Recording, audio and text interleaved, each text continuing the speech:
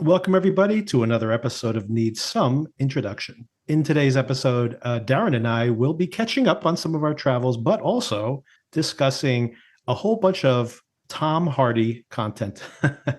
Did you by chance get a chance to see Havoc? Have you watched Havoc, Darren? I turned it on and I started. I probably watched a minute and went, Oh, yeah, not in the mood for this right now. So, but it's on my list, and I've heard mixed reviews about it. So I'm not rushing to see it. But yeah, it does sound very interesting. I'd be very curious to have a conversation with you about it because it is all action, nonstop action. Mm. There is, I'd say, for about the first 40 minutes, there's a lot of setting up and who's the bad guy and what's actually going on. And I honestly don't know why they spend so much time on that. It's actually a pretty solid procedural and has an incredible truck chase scene at the very top, which I think is very CGI influenced. And I always prefer, I prefer my, car truck chases on the highway to be legitimately like to live and die in LA, like actually driving a car in the wrong direction on the highway and hoping for the best. That's the kind of, that does create edge of your seat thrills for me. But for something that is very CGI, it actually is very visceral and exciting.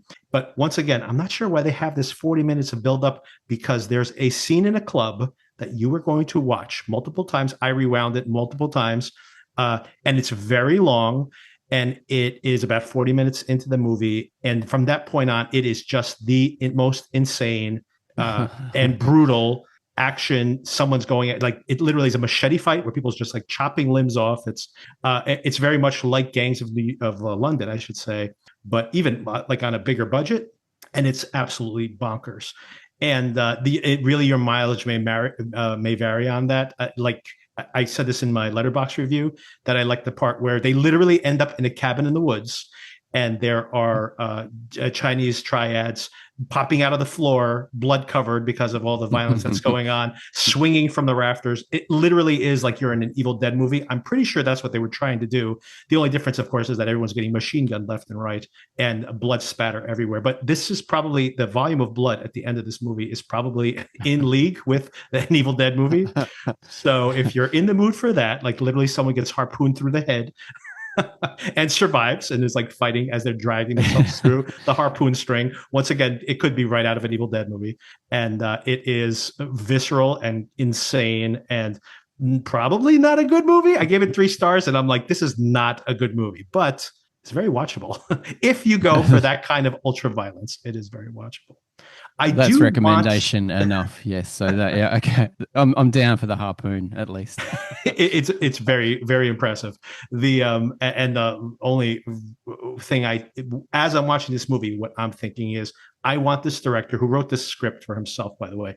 I want this director to get his Mm. hands on, whether he writes it or not, a really good script, and I want to see what he can do with better material. That's what I would say. But it is, if you are in it for mindless, like you keep thinking, why are they still running at him when 40 people have just been machine gunned? Why are they still running without body armor or anything on?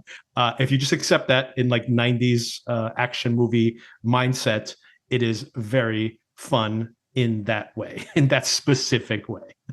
But that's a mild recommendation, let's say. Excellent. Yeah, I saw possibly it's a war movie, but it's on the other end of the spectrum. It's called Warfare. Mm. Yes, I very And I much want saw to see that this. at the cinema. You need to see it at the Yeah. cinema. The sound design is incredible, and it really hit me quite hard. This film, it's yeah, you've probably heard about it. Yeah. It's based on a real life situation. It's directed by Alex Garland, and Mm-hmm. also a veteran of this situation in Ramadi in Iraq, and it takes place in over about 1.5 hours, which is the space of the film. And yeah, I really felt it hit me pretty hard, and I really respect the filmmakers for doing this. It is a very anti-war film, and yeah, if you think you want to go to war after watching that, I mean, you're just crazy. It's brutal, it's violent, it's very real and visceral, and yeah, the actors all bring such integrity to the material, and Yeah, really enjoyed it. And it's got a fantastic opening scene as well, where you kind of meet them. They're all just standing around a computer screen watching the music video for Call on Me, where it's the aerobics class. And they're all just kind of getting jazzed up for their day while watching this. And you can see the different personalities of the guys come out, and really that's the only time that there's a little bit of joy in the film apart from their escape towards the end. But see that in the cinema if you can. Yeah, and that is something I didn't get a chance to see in theaters. And another thing I have very much want to see in theaters is Sinners, which I assume is not Mm. doing as well overseas, just given the opening weekend. Although I've heard that in some places its box office, even overseas, like doubled week over week because of the strong word of mouth. But in the US, this thing is going to turn into a massive phenomenon. Like after week two, it basically made as much money in its second week as it did in its first, which was a Mm. Easter weekend. So it would have been already an inflated weekend to start with. And this thing is going to be one of the highest grossing R-rated movies in the US. And I have to tell you, I saw the trailer for this movie and I thought this was going to be a mess. So I am really surprised that people are universally loving this movie. That's another thing I want to definitely see in theaters, because I have heard that I don't want to wait for to watch it at home. I heard that is something to see like in IMAX. And now that Thunderbolts is coming out, this weekend, getting very good reviews, by the way, Ooh, surprisingly excellent. really? Yep. The Very review, surprising. the embargo just ended today, and people have been raving about the movie. So it's going to be a good sign that we have something that is, they've joked in the trailers that it's like an A24 version of a Marvel film, and apparently that is exactly how the description of the reviews have been coming in. Some are less generous than others. Some are just saying like, "Oh, it's an above average Marvel film," but the very positive reviews have been really glowing, and they all say that Florence Pugh completely steals the film, and I'm a huge fan of hers. So Huge fan. I love her in anything I see her in. She's just absolutely a star. they say that this movie is very emotional, the Thunderbolts movie, and they go that there are so many times when it's not in the script, it's just like reading her face is that selling all that emotion. So it might be one of those things where the material is aspiring to something and maybe not able to get there, but she might put it over the line, and that might be where some of the enthusiasm is coming from. So I'm very much looking forward to. I wasn't even thinking about seeing that, but now whether I watch it at home or watch it in the theater, I'm just happy to hear that it's good, because I do like. It's not that I love the Marvel films. I do like all those actors in that movie, by the way. So I am a fan of most of that cast. So I am glad to see that they get a good product to be in. And I'm always happy to see a good movie rather than a bad movie. So, I mean, that Captain America film was awful. Oh, that Absolutely was rough. awful. Yes. So yeah, anything could be better than that, I'd have to say. And I did like the Deadpool film. I thought it was funny. So, hey, if it's that good, I'll probably be like, fine, that's good. But if it's better than that, then good, got on them. Well, if it's above average, then above average for a Marvel film, then that's worth seeing. I think if you're into that Yeah, type of thing, because I mean we've seen some rough ones lately. So yeah, absolutely. that sounds good. Before we get into the Mobland breakdown, which is, by the way, everybody kind of buried the lead there. This is primarily what we're going to be talking about, is going to be the two most recent episodes of Mobland. But I did have that recommendation for you that I thought you might be interested in. I saw this I started watching this right before I went on vacation, finished watching it in the middle of my vacation. It is available on Amazon Prime, I think everywhere, not only in the United States. It's called The Narrow Road to the Deep North, which was a best-selling novel written by Richard Flanagan some probably 10 years ago or so, directed by Justin Kurzel, who I am a fan of in general, and with an Australian cast. This is set Australia's involvement in World War II, and Jacob Elordi plays the younger version of this Dorigo Evans. I can't pronounce that name. It's an odd name for an American, I say. And Kieran Hines plays the older version of him, and it's him reflecting on this younger time when he was interned in a Japanese prison camp, but also he had this affair with this young wife of his uncle, played by Simon Baker. And the first episode of this series, there's only 5 episodes long, but the first episode of this series is absolutely stunning to me. It is taking place in the recollection of the older man as he's remembering these different fragments of his youth.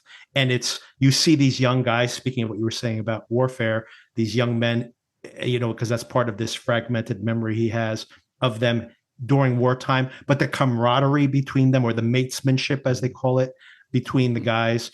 And at one point, the older version of him, this woman is saying that he maybe is glorifying war in his writing. And he says, war is many things. And she goes, I know that, even though she's much younger than him. And he says, no, you know the one thing, but war is many things. And he's talking about how there was this real camaraderie and closeness of the men during this period of time. So it's all those things at once. And that first episode for me was absolutely breathtaking. The whole series, the whole 5 episodes, doesn't quite live up to that first episode, but it is still very, very good. And beautifully, like, the cinematography is incredible. The performances are fantastic. There is some truly brutal.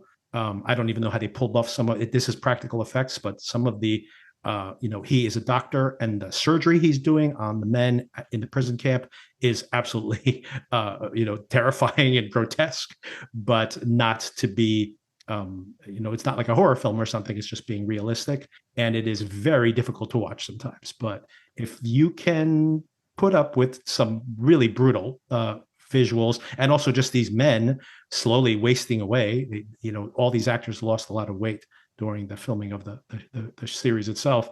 If you can deal with that, it is very powerful, I think. And especially, like I said, those first couple episodes are absolutely amazing. That's a cool recommendation. Yeah, I'm a fan of Justin Kurzel. He did The Order last year. Yes, very good. And he did another movie called Nitram, which is pretty controversial, about one of Australia's biggest kind of tragedies, shootings. And that's interesting that it came out a couple of weeks ago. So we just had Anzac Day here, which is like our Remembrance Day of veterans. So we have a dawn ceremony. So a lot of people, myself included, and my family, we got up at just before dawn to go and listen to a couple of speeches and listen to just pay respects to the veterans of our wars. And one of our greatest disappointments, or which is Gallipoli, which we got our ass handed to us by the Turks. But it's a source of a lot of pride for us, and so a lot of remembrance, and it's a lot of feeling, and we go every year, and it's really quite emotional when you listen to these guys speak about their experiences. So I'm interested to check that out. Yeah, I think especially you may find it even more relevant, given that, honestly, for me, speaking of, we talked off mic or before we started recording about me visiting Georgia for the first time, and just being confronted with history that I knew, but not seeing the complexity of like living amongst people who have lineage, on both sides of this war, the Civil War, down in that period of time, and how they are still trying to reconcile that. And it was, eye-opening, to say the least, for me. But simultaneously, I was watching this series, and honestly, about, and I always find this fascinating when I watch movies and series as well. I knew nothing about Australia's involvement in World War II, and it was truly fascinating to just see this whole unseen chapter of history for me. And but I thought it'd be intriguing to you, given the fact of like some of the things you just were talking about. So definitely recommend it. And it's available on Amazon Prime.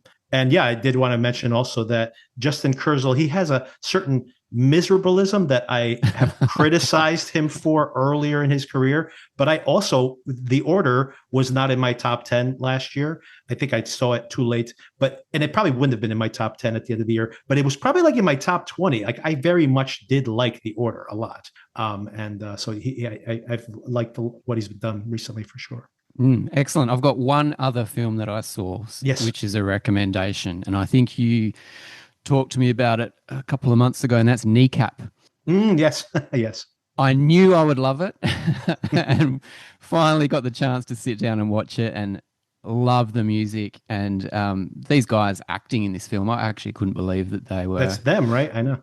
That's them. Yeah. Even the DJ. I thought the Mhm. DJ Yeah. they'd plant an actor because he was so good in the film, and yeah, the music bangs, and to learn about the Irish, the Northern Irish or the North of Ireland. Mhm. I'm not Yeah. quite sure how they say it. Incredible film. So much energy, and the way that they interpret the Irish language as Mhm. something that's of such pride to these people is incredible. Yeah, and they're in the news at the moment, which Yes. kind of Yes. yeah They have been helped in the me, news again. Yeah. pushed me to watch the film. But yeah, I mean, you can watch the film on its own without all the noise around it and just enjoy it. Yeah, it's great. Yeah, I do also recommend that very much. That was another film that was definitely on my like short list, maybe not top 10, but definitely in the mix at the end of the year last year. Also with Michael Fassbender in it. I felt like I did see your review for Black Bag, which you weren't a huge fan of, and you were disappointed in Mm. how they used Michael Fassbender. I'm like, maybe he wanted to watch Kneecap to get a different flavor of Fassbender right away, a palate cleanser for himself. But It worked.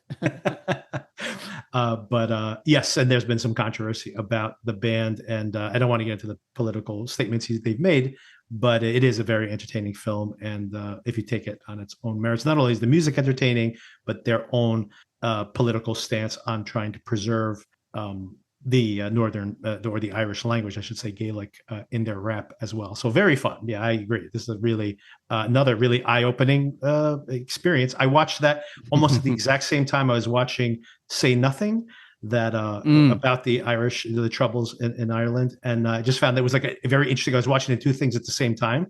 I'm like, wow, what a weird like post, like almost like a coda on that. No, the Say Nothing miniseries. Yeah, powerful. I mean, we've Yeah. got a language here, like an indigenous language called Noongar. My wife's a music teacher, and she tries to incorporate the Noongar language in some of the performances that she does, and people are really on board with it because it's spoken by such a small amount of people, but it has such a history to it. So, yeah, we really enjoyed that aspect of it. All right. I was also planning in this episode, which is already packed with us discussing all the things we've been watching, to talk about a preview of what's coming for May releases, but I'm going to not do that because it's a pretty long Okay. list. And you know what? We will be discussing tomorrow, if you're available. We'll discuss the first, or as much as you've watched. I did watch. We'll be discussing Andor. Period. Let me just finish that sentence first. And Let's do it. I finished the first three episodes from last week. Tonight, three more Hmm. episodes are going to be available. I can't imagine I'll be able to see all three of them, but whatever we get around to, we could just discuss the first three or some of the next three, whatever we can. We'll have a conversation about that tomorrow, and I will also do the May preview at that point because we got two whole episodes of Mobland to talk about. So, Yes, let's do it. okay, let me quickly do a rundown of episode 4, Rat Trap. So, some key plot points, and then I'm going to have you interject on any of these, as many of these as you'd like to elucidate. So, first of all, Conrad, of course, knows now that Archie's body's been found. And then how does that? Then there's obviously a mole. So Archie was not the mole. Who could the mole possibly be? He says, who else could be? I knew about it. Harry knew about it. You know, Mave, immediately, she's just like, kill Harry, kill him. But that's just Mave. Mave just being Mave. Meanwhile, Jan, who's Harry's wife, is getting closer and closer to this friend of hers, which, of course, no surprise here. I got to say, very few surprises in the You picked reveals. it, didn't you? Yeah, I was just like, that girl, like episode 1, that's a police informant right there. Actually, I didn't think she was a police informant immediately. I was like, she's a police informant, or she's working with the other mob family. Turns out she's a police informant. And maybe she's the one who's leaking this information, but then how would she know? I still don't think it's her, even though it's hinting in that direction, because she would not know about where Archie's body's buried, right? And then there's this whole confrontation that Bella has. She's staying at this hotel. Apparently, there's something going on with her and Kevin. They're definitely trying to play up this sexual jealousy when she runs into, or he goes to confront, because he's Harry, that is, has gone to intimidate this other guy, get the copy of that recording that she wanted. despite the fact that he's kind of done this favor for her, she's not very appreciative. And she goes, okay, fine, but I'm still going to continue this. He's really against it. And then, of course, coincidentally, we have that Kevin shows up and then he makes up some cover story that she does not back up. So now, whatever that sexual jealousy is there, and of course, he should be a little sexually jealous because she does seem to have a thing for Harry. But this is all, piquing Kevin's interest and his potential insecurities. And of course, we find out that she was his dad's mistress to start with. This is all a setup by his dad. Yeah. That's creepy, isn't it? Very, very much so. And then Conrad shows up and talks to Jan, saying, like, are you the leak? Are you the one who's leaking? Don't say anything outside of the family. And never tell Harry that I've been here. But of course, she does tell Harry, which makes me think that, well, Harry is, and maybe we'll leave this for the whole end. I'm wondering what the structure, like, what is the structure of the show? I'm still not sure what the show's about at this point, but we can save that for the end of the conversation. And then, of course, we, once again, not a surprise. We kept waiting to see what is the other shoe to drop. It's no shoes are dropping here. Mave told Eddie to kill Tommy, and he did. That's what happened. Yeah, just like that. I was like, oh, okay. That's it. That's all there was to it. And because she wants a war because she thinks that Conrad's getting too soft. He wants to be a legitimate businessman, and she's not on board with that. Yeah, and then by the end of the episode, we see Alice, which is Jan's friend, is reporting to Detective Fisk. Fisk is basically saying, hey, can you like flirt with Conrad and get into his bed? And she's like, I don't want to end up dead at the end of this. I'm not sure I'm willing to go that far for all this stuff. Oh, and importantly, of course, the cliffhanger from last week was this whole, or from the previous week, I should say, was this whole question as to whether this club owner, this bar owner, was going to be able to hold up under interrogation. And he goes, you know what? I need to, what's this guy's name? Richie? Is that his name? That he needs to see somebody in action. And I just get my gut feeling. Oh, yeah. And what do you think when he sees Harry go in there and just like brutally stab this guy?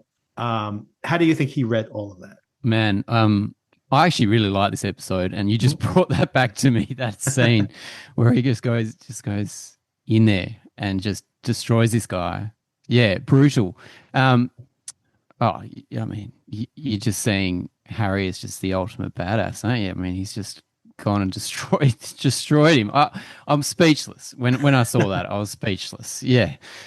So that was a real positive of this episode. I really liked Conrad as well when he was. You could see his creepy charm on this this police informant. I thought Pierce Brosnan was doing an excellent job there.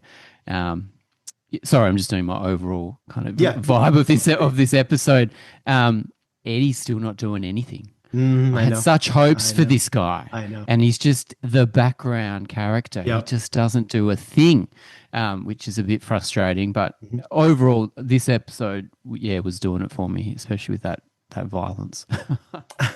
Yeah, I liked this episode, even though I have some of those question marks about where the show was headed. But maybe my criticism comes in after this 5th episode, and we are now halfway through the season. So, now something's going to have to be. And lots of things have happened, like people have died and been dismembered, etc. But I mean, I need, when I say I need something to happen, I need some thing to I need personal stakes. That's something that I'm interested in occurring, because like if Mave gets killed or something, I really don't care. If Eddie gets killed, I really don't care. But and maybe the show thinks I do, but I don't care. So I'm kind of curious to know where those stakes are. I mean, I don't want anything bad to happen to Harry's wife, and I'm curious to see if Harry gets fed up with trying to solve all these idiots' problems. But that is where my curiosity is. But I still don't know if the show has told me what I'm supposed to be paying attention to.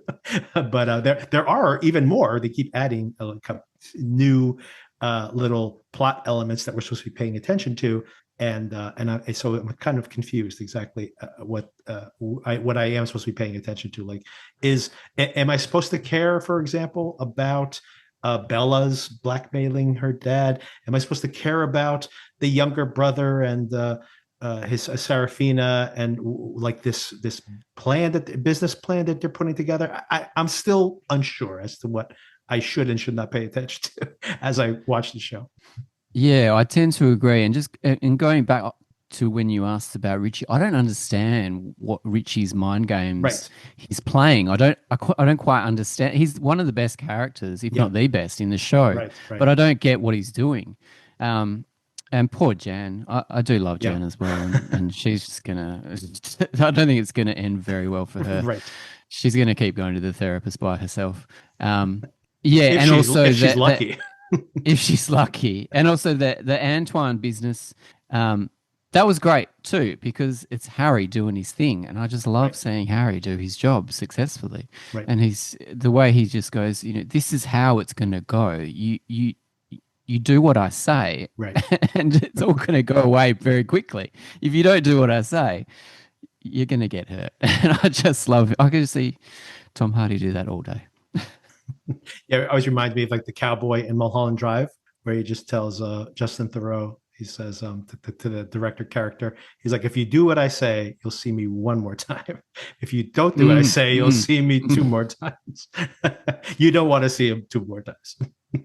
And by the way, the opening song of this show is so good. I love it So every good. time. So good. I actually don't register the visuals. I think the visuals do come into each episode. There are scenes from each episode in the opening titles, but I just love the song. And coincidentally, I heard a trailer for Havoc, and they used the same Of course. track with Tom Hardy. So it's like someone's playing off each other there. Yeah, I'm sure that Netflix saw that working, and they're like, okay, hey, we'll do the same thing.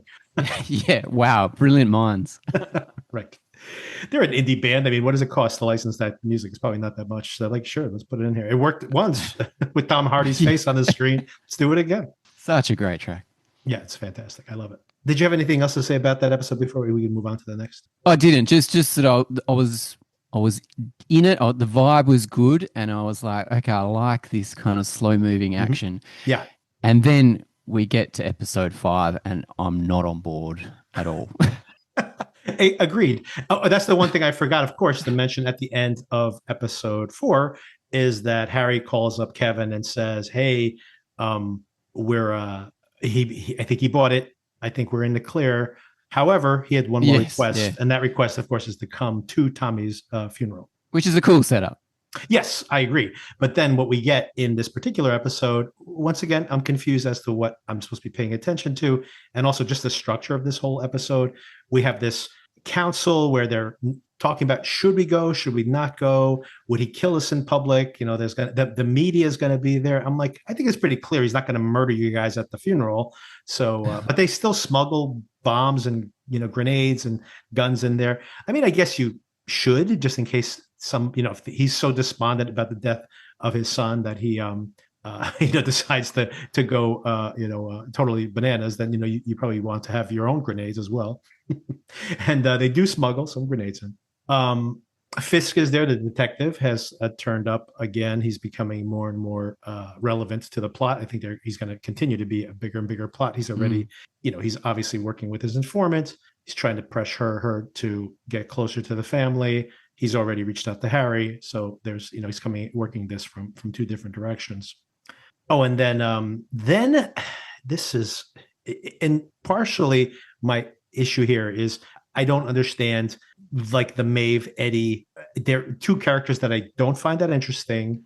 And I don't understand, like you were saying before, I don't understand where their mindset is. Eddie has basically, by following his grandmother's lead, granted, has obviously set this, war in motion. And then he is disrespecting the family, to their faces during the funeral of the person that he's killed. And Mave obviously does not care at all. She gives no F's at all about starting a war. As a matter of fact, she cannot wait for the blood to start flowing. And I don't understand where her head is at. Don't get me wrong. I mean, I understand that she wants to continue to be a mobster. She doesn't want to have, for whatever reasons, does not want to have to luxuriate in the wealth she has. She wants to keep being the girl she was when she met Conrad and they were, killing people and building this empire to start with. So I understand that aspect of her, but she could be smarter about this. Like, you don't just, blow people up nilly willy and murder their children. You obviously are escalating things like crazy. But how do you feel about Mave, Eddie, and what they're doing plot wise? Yeah, it was a very memorable scene where they greeted Richie Mm-hmm. at the front of the funeral. Richie and his young wife at the front of the funeral. I mean, Eddie at least has does something completely ridiculous, by the way. Calls him Richard, but it was very memorable. So at least something is happening there, and then Maeve proceeds to get pissed at the funeral, which is, but I just don't understand why you invite all these people, their extended family, to your funeral of your son, just to stare him out and to Right. make your wife uncomfortable for no real reason. I just didn't see the point of that. Maeve continues to chew the scenery, and that's fine. Um, but yeah, it's just very confusing episode, very confusing.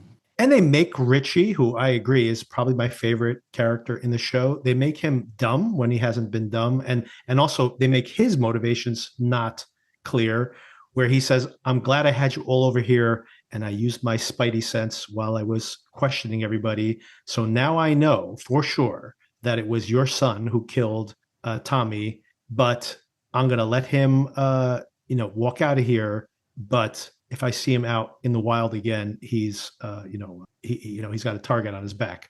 And okay, fine, but is Richie just going to be okay with this person butchering his kid, and he's just going to be like, okay, I like it's okay, like Mm, we have mm.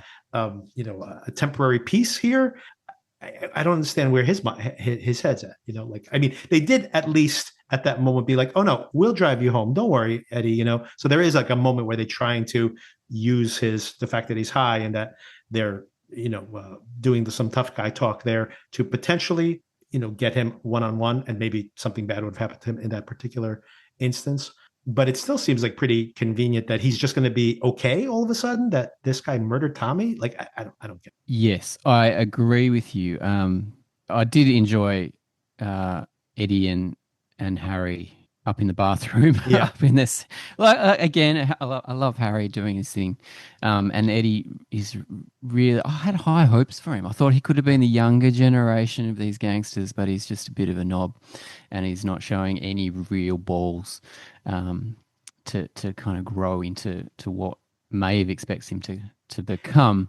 And yeah, I don't like Richie being dumb, and I don't like him being less powerful. I want him to be very powerful because he's the head of a family, of a mob. So you'd want him. He has to get there somehow. And what he just lets this guy go. Well, if I see him out, he's a goner. Well, why don't you just kill him now? I mean, that's Right. what we want. Right. Yeah, and I don't understand. Like, I mean, they could make like an eye for an eye deal, being like, okay, well, you Exactly. can you can walk out of here right now. Your son's kind of a piece of shit. You probably don't like him that much anyway. We could call it even right now and make them, do some kind of trade there, or at least threaten that. And it just seems like he's backs off. It just doesn't make any sense given the particular context. It just is just strange. Like I don't understand why people are making some of the decisions that they're making. It seems to be just to move on to the next scene, but then you didn't have to have the whole family invited there in the first place. So that's the whole other part of it that just seems odd. What did you make of, by the way, the fact when Harry tells Eddie in the bathroom, at least go down there and be a man, or act like one, or pretend to be one, or whatever it is, and he has that tear running down his face. So I think they are trying to indicate that Eddie is not just this complete and utter piece of garbage. But I'm pretty unconvinced at this point. They're not giving me much to work with here. I don't think I picked up on the tear. Yeah, they're really not. And it seems like they've dropped the story of the cleaner. Oh no. Okay, so they are. They have got the story of the screw, or the old prison guard Right. Yeah. that what's the guy's name? That Harry's friend, Kevin. Kevin. Yeah. At first denies Yeah. which is understandable, and then kind of comes around to To remember, yeah, or remember admit it this anyway. and maybe he wants to take revenge on this guy, which is interesting to me. That's way more interesting to me than this funeral, unfortunately. Yeah, there's versions of this series that I could be more interested in. There's one where you can imagine the older generation still squabbling over this, their old territorial pissing from generations back, while the younger generation, like maybe Tommy, didn't die early on, but then Mm, Tommy and Eddie are working something out behind the scenes. That could be an interesting direction for this series to have gone in. They're the old guard and the new guard, and undermining each other in public or even behind the scenes. That could have been an interesting direction. And like you mentioned, the other one could just be that all this tough guy gangster posturing all the time, but under the covers, Kevin dealing with this trauma from his youth. So, hiding that in a way from his dad. He doesn't want to look weak. He wants to be like, I am the next guy to take control of this, family, and not trying to show any of this weakness. But the show doesn't seem to care about that. But then they have scenes that, a perfect example, like you said, is Harry mentioning it to Kevin, and Kevin being like, "I don't remember that guy," and he's like, "Really? How could you not remember him?" Because of course he knows what's yeah. happened. And then of course he goes, "You know what? I did remember that guy. I." Hadn't thought about him in such a long time. And now it seems in this particular episode that maybe he had forgotten it for real. And I'm Mm. like, really? Like, it seems like something you wouldn't have forgotten. I mean, even you might have suppressed it in some way. But then, of course, like you said, now it looks like there's probably going to be a lot of follow up on that. He's going to want to get revenge and is going to dig up some emotional issues he has. But once again, the show suddenly puts this in the mix, and I'm really confused as to what I'm supposed to be paying attention to, especially with we have to worry about Harry's marriage to to Jan. Jan, and Mm. the and whatever's going on within the marriage of Conrad and Mave and Kevin, and how his relationship is to Harry, there that they have this like long-standing friendship, and maybe that's why Harry is in the fold in the first place. So we have all that stuff, but then we literally have the final moments of this episode is by the way, Nick Cave, what is it? People just are no good. What's that song? People Oh, just okay. Yeah, I didn't clock that. Right. Yeah. yeah, people just ain't no good. People just ain't no good, which is a great song, by the way. But yeah, so to this, while Nick Cave is playing on the soundtrack, we have Mave follows through with Plan B finally and blows up Eddie's wife, which of course was what she wanted to do from the start. And because of course she had been very crudely confronted by her during the funeral, basically she had mocked her age. And of course that was just one more thing. I mean, she wanted her dead anyway. She had suggested murdering her 2 episodes ago, and now she's just followed through and done it. She So did. yeah, That's right. She did get mocked. Yeah. Okay. That's yeah, funny. he said like, how could But Conrad sleep with that thing, right to her face, by the way, like right to her face, like really so harsh. brutal. But And as soon as you saw the young wife at the yeah, end there, you knew exactly what was going to happen. right. As soon as she walked out into her car, and I'm sorry, but that CGI of the car blowing Yeah, up, it looked like some bloke could do it on his home PC. That was not. They didn't even blow a car up. right. Surely you can blow a car up for this show. Maybe not in that location because of maybe the house that they were using, Yeah. but you could Okay. still make it more convincing than that. Come on. Yeah. It was very disappointing at the end there for me, I've got to say. And as you mentioned earlier, this whole story with Serafina and Yeah. the other brother, Hmm. why should I care about this? What is actually going on there? Yep. Make it a little bit more interesting for me to grab onto it. I got no idea what they're going for. There are multiple in the plot threads here that are, yeah, I'm confused as to how they're going to tie into something, in it close the loop in some way by the end of this season. Or if not, then are these supposed to be like threads for next season or something? I'm like, I don't know. Like when you have like you are on the verge of a full scale war. At this point, you've murdered this guy's son and now Mm. his wife. And like, if Mm. he's going to Mm. be like, so Mave was just like, wait a second, let's kill the son. That didn't do it. Okay, let me kill the wife too. Let's see if that gets him going. And like, so now there's going to be a full on war. And I guess Maeve just assumes that they're going to win this war and not take too much collateral damage to be effective. I mean, this seems like a terrible plan. And Conrad is not running a tight ship here at all. He needs to rein her in big time. But I don't understand at all. Like, and it's a little unconvincing to me that these people are successful gang running their operation the way they do. But I guess that remains to be seen. Maybe this is their downfall. So we have to. Maybe that's what Yes. Yeah, look, I don't want to be too negative about it because it's still entertaining and it's still great to see Tom Hardy. And now at least, again, something big has happened, which is the first big thing that's happened since Tommy died right at the start. So, right. yeah, let's hope this sets off a whole lot of things in motion that we can really care about because I don't want to have to kind of flail again next episode to try to grab onto something. Right. Yeah, and I think that and I was being very negative because I'm kind of analyzing it as opposed to just watching it. And when I watch it, they keep these other elements of the plot going so that these other characters have stuff to do.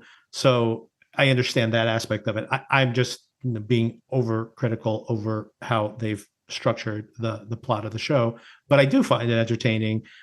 Even though it's a little bit of a generic, I have to say this is a pretty generic version of a gangster series. And I think that's where I was saying, like, I don't really know what the overall goal of the show is yet in, like if it's just going to be run-of-the-mill story. And there are enough things in there where I do think some other elements of this are going to pay off. I just don't know what that might be yet. And maybe that is all intentional, right? So intentionally keeping things kind of on the back burner that will pay off later in the season. We're only halfway through, but So I mean, let's just talk about like what you suspect that. I mean, I guess we are going to be in full on gang war next week. I would assume. No, got to be, and I want to see more of Harry's his mechanic friend, her, and his offsiders because I mean, if you're having a war, you need soldiers, right? And we haven't really been introduced to too many apart from these guys. They have these two. That's all they need. That's it.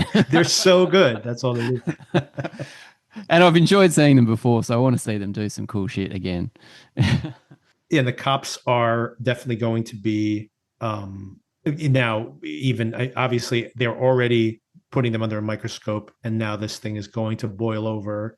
But they're going to be watched by the cops. So, of course, the cops are going to try to rein it in as much as possible. So I do think that there's going to be the power balance is going to be between the two gangs and the police as well. And who knows, maybe like they talk about the Mexicans being in that no man's land in between. Maybe they see weakness during this gang war and then they make a move. So there could be other elements.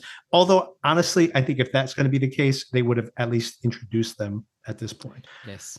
But I think, it all remains to be seen. But I definitely think the cops are going to be a bigger part of this. They're going to be trying to crack down this investigation and obviously tamp down any kind of full-on war. But I think that's going to be impossible at this point. Within the family dynamic, you have to assume that Conrad's going to be really pissed off at Mave, right? Maybe he can finally talk to her. I watch these people like talk to Mave, talk to Eddie, and figure out what's actually happening in their heads. To be like, why would you do this? Because, she's obviously done this behind his back. So, and she's going to be like, he insulted me. Or I should say she insulted me. And it's like, Maeve, you insult everybody. That's not an excuse to go murdering wives. And she's definitely going to have a target on her back too. Oh, it's stunning that she's got to the age that she is when she acts like this. All right, maybe here's a weird question to ask you. Sometimes when there's like a mystery show or, like the White Lotus, try to speculate on who is going to be killed, who's going to be the murderer, those type of questions, or who's the, what's the bigger conspiracy? Here's the question I have for you, because I have a list running in my head. Okay. Which one of these characters do you want to see get killed in really like they're in Havoc? Which one do I want to see take a harpoon to the face? Wow. Wow. Because I have a lot of people on my list. I have to say. Harpoon Eddie, you'd love to see him take I a would love to harpoon, wouldn't see you? a harpoon go right through Eddie's head. It would be fantastic. And I don't know if I want to harpoon Mave, but I do want to see her die in some horrible way, and so that Conrad actually remembers his love for her. Yeah, that's my number one and number two for sure. Eddie and Mave are on that list, and then everybody else is a big step down from there. Conrad though is he's third on the list, but not but they're Eddie and Mave are on they're in a league all their own. But I and do my want to see favorite. this sexual twist between Conrad and the informant as well, Yeah, you think that's going to pay off? That would be really funny if she goes on a date with him. where she gets way over her head. See, that's an interesting show to have too, and I don't think the show has room for that here. Like you could imagine a version of the show again where this is a slower boil, and they prevent some kind of giant war from breaking out because they haven't murdered multiple members of the other family, which of course, like I said, there's no turning back now. But you can imagine where they're trying to prevent this from getting out of hand. And in the meantime, she does start a relationship with Conrad, and now she's falling for him, but also investigating him. Right, all these things are very interesting elements. The show doesn't seem to care about them as much as I do. But it's a much more straightforward series, but with relatively little action in it, given all that. So, And he's got form. Conrad's got form because Kevin says how Conrad's got seven ladies, and he's always got these ladies on the go, but we haven't really seen any of them. Yeah, true. Yeah, I mean, maybe he's maybe a handful, maybe, or maybe he's like very discreet. He could just be very discreet. We don't know what he does with all this time. Although he does seem to be with Mave, especially recently. He's been with Mave all the time. But maybe that's not how it is normally. Maybe this is where her bitterness comes in. That's maybe another direction the show could be going in. She is trying to subvert him, and that maybe by blowing everything up, that she's setting up maybe Kevin. Maybe she's using Eddie, and she's making Eddie sound like he's the real leader of this family. That's the right kind of boss that we need here, mob boss they need for the family. But maybe that's not her intention. Maybe he's just a weapon that she's using to set up this war. So it blows back on Conrad, and then who ends up in charge? I don't think it's her. Maybe it's Kevin. Maybe it's Serafina. No, I'm just kidding. Can't imagine that. She's sitting on the throne at the end of this thing. Yeah, at least Eddie is a weapon. He's no leader, but he can be deployed as a weapon. Yeah, and she can manipulate him very easily. I think that's primarily how she's. So I think a lot of things she says to Conrad about how like that's the kind of leadership the family needs. I don't believe that. I think she's manipulating Eddie in a way to get what she wants, which apparently is to, I don't know, blow up the family. She seems more or less. I mean, if maybe you have a different read on this, she seems more or less unhappy with the fact that the family is trying to go legit. The fentanyl problem again. Yes, she wants to sell fentanyl. That's what she wants to do. She doesn't want anyone getting in their way, because that always goes well when you start using fentanyl. It's always a happy ending for all those people. Well, at least they're happy at the end, so maybe. But so yeah, and now we have 5 more episodes, which seems like a lot of runway for this show, to be honest. But we'll see. We'll see where it might kick into a different gear. Yeah, it certainly does. And with the writers or the creators from the Day of the Jackal and from the agency, right? I was expecting something a lot different to this. So hopefully we've got a way to go. Yeah. Yeah, I agree. I think that when you think about how intelligently the agency was written, although structurally it's copying the template of this very well-respected French series, so maybe that took care of some of the plot elements. But even just the interpersonal scenes in the agency, I thought were really, really strong. And I find so much of the interpersonal dynamics in this show either a little thin or just confusing. Like I'm not sure what the actual dynamics are oftentimes between some of the characters. And like you said, the Day of the Jackal, which had these, amazing action sequences. Action, yeah. So curious, but maybe, like I said, we're only halfway through, so maybe the show has a different gear that it's, this has all been set up until this point, possibly. And talking about interpersonal scenes, we can talk about the weight of interpersonal scenes tomorrow with Andor. Yes, yes, yes. And so do tune in, everybody. We'll have a conversation about Andor, the first 3 episodes last week. And yes, maybe you'll get a chance to watch a little bit more of it today. So we'll see. Cannot wait. And of course, tonight we get, or tonight here, I guess it's your morning, you get another episode of The Studio. Have you been watching that? The Studio. Yes. Yeah. Love The Studio. It's a very easy watch. As soon as I see it, just put it straight on. Seth Rogen is just he's a star, isn't he? Directing and starring and doing everything to a great level. Writing as well. Yeah. Fun. Another fun episode. Every episode is different. And yeah. A lot of long takes, though. All of them have very long takes. I love the long takes. Yeah, I had a look. There was an article about the camera that they used, and the camera operator's a bit of a star. Very athletic person to be able to keep up with these conversations. I like the whole episode last week where he's trying to convince the doctor that what he does is as important as being his doctor. Turns out to not be the case by the end of the episode. Of course, here's another one of basically that he has a really embarrassing pratfall in pretty much every episode of the show. Yes, and yet another one here. He must have some bruises from these stunts, surely. Yeah, he's not a small guy. No. Although he's smaller than he was, but yeah. All right, Darren. Thanks again. We will meet again soon, everybody. So we'll probably have that episode within the next day or two, the Andor discussion. And of course, we will continue to discuss Your Friends and Neighbors, which is also ramping up plot-wise. And we'll see how that turns out this week as well. Awesome. Cheers, Victor. All right, Darren. Thanks.